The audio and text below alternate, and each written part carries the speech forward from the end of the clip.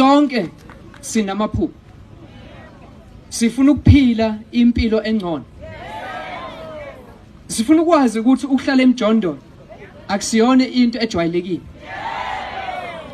Sifuna ukuvula amanzi ekseni aphume empompini. Sifuna ukuthi abantwana bethu bangafundi ngekhandlela.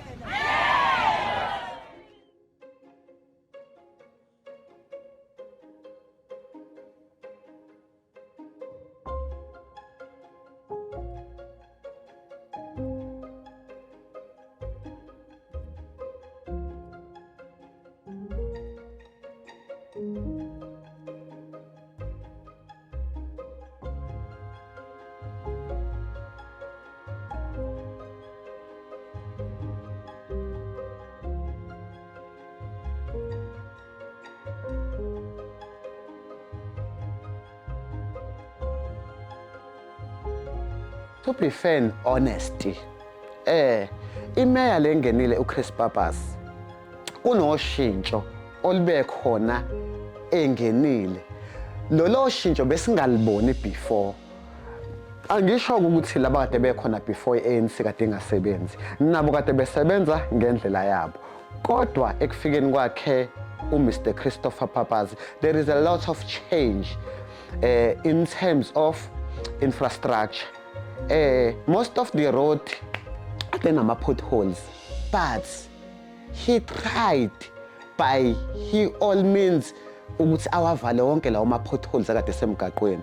Okay, okwesibili ilokishi nani njengoba nilibona lingcolile, and uyazama ngakho konke okusemandleni ukuthi ama-dam sites fight against wona. Uyayibona leyo yinto. Bese sekuzoba khona osomabhizinisi, especially laba abasafufusa noma abasakhula, yena futhi uyazama ukuthi abe nesupport kubona.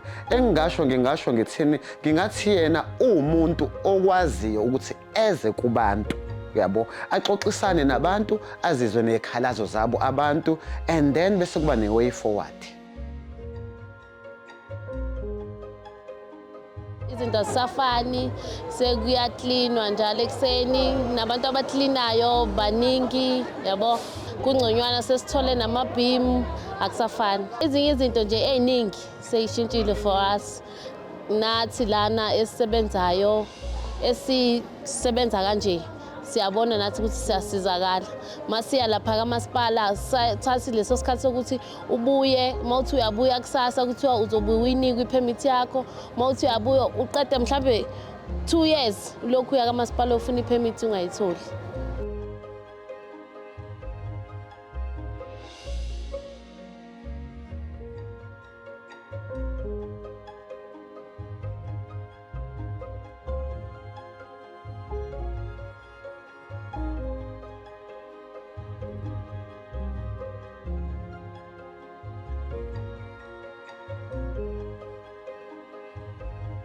Amanzi ayahlupha kakhulu nje, amanzi ayahlupha kakhulu.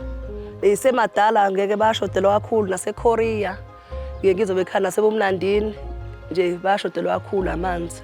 Besicela sitholele nemisebenzi, siyacela kakhulu umsebenzi nje thina siwuthola, inkinga enkulu ke sibhekene nayo ke leyo.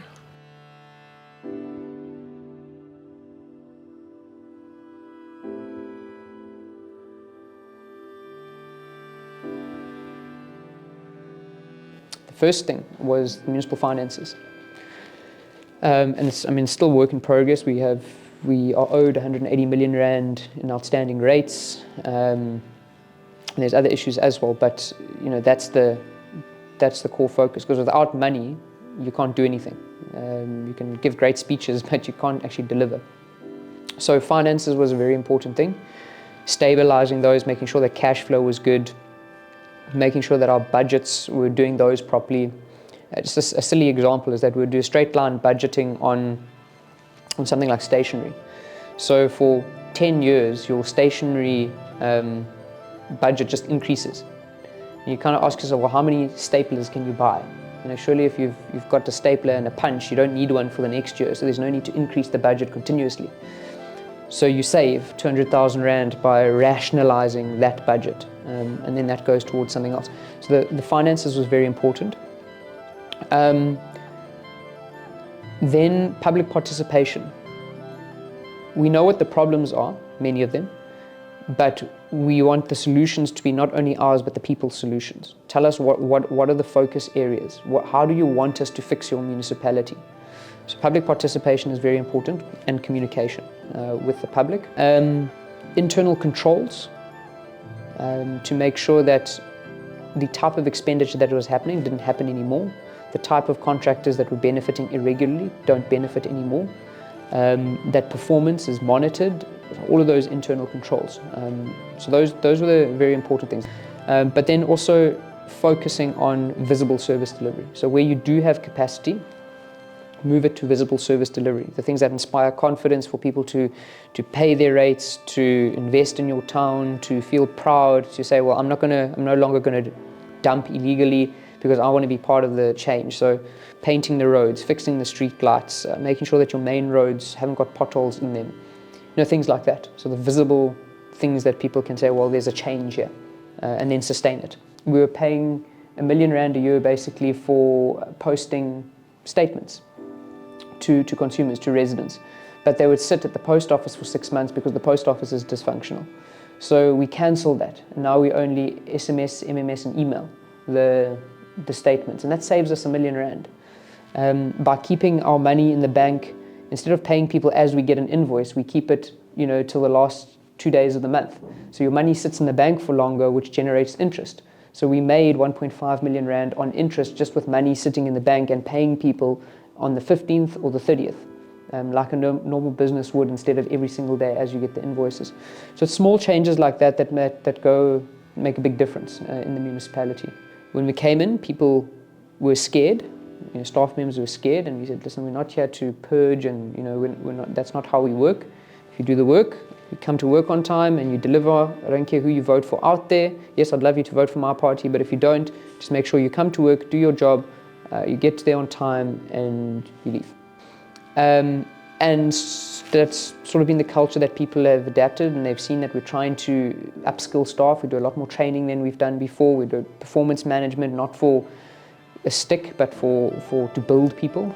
There's a couple of concepts that I'm trying to instill into the municipal administration. It's the way that we think and budget. And the one is not equal service delivery, but equitable service delivery. Equitable service delivery means that whatever an area requires, that is what you focus on. So, for an example, in the area of uMmngeni, the major challenges there, there's lots, but the major ones are illegal refuse, so illegal dumping, and just cleanliness. It is flooding of houses and stormwater drains, so they've collapsed or are completely blocked. Obviously, then employment is an issue as well, and then public facilities. I love governance. I wanted to be a municipal manager. That's why I studied town and regional planning.